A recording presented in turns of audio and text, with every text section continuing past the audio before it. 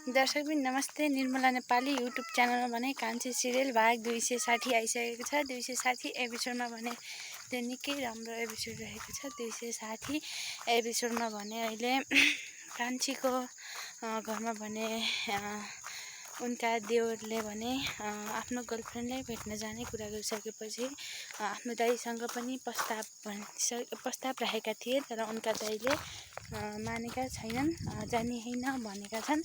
अनि त्यो कुरा आमाले पनि सुनेकी छिन्। अनि त्यसैपछि आमाले सन्तोषलाई बोलाएर केही पर लगेर भन्छन् कि त कहाँ जान लाग्यो बाबु भन्दै सोध्छन्।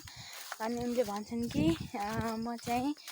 म सहर जान लागेको। किन जान्छस् भन्दा मेरो एउटा सानो काम छ, मेरो गर्लफ्रेन्डको आमालाई विदेश उपचार गर्नको लागि जानुपर्छ भनेर भनिसकेपछि उनले भन्छन् अनि तँसँग भाडा छैन होला, म दिन्छु, त सहर जा भन्छन्। तर अब दाइले चाहिँ नजा भनिसकेपछि म जान्न भन्छन्। तर आमाले भन्छन् जा बाबु, मैले भाडा दिन्छु, पैसा दिन्छु भनिसके त भन्छन्।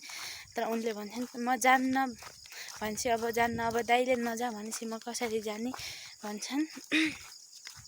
तर तेरो दाइले जे पनि भन्छ तेरो त्यो भाउजूको कुरा नसुन, त्यस्तो भाउजू भन्दै भन्छन्। उनले भन्छन् मेरो भाउजू महान हुनुहुन्छ भनिसकेपछि अब के साँच्चीकै जान्छन् या जाँदैनन् कमेन्ट बक्समा लेखिदिनु होला।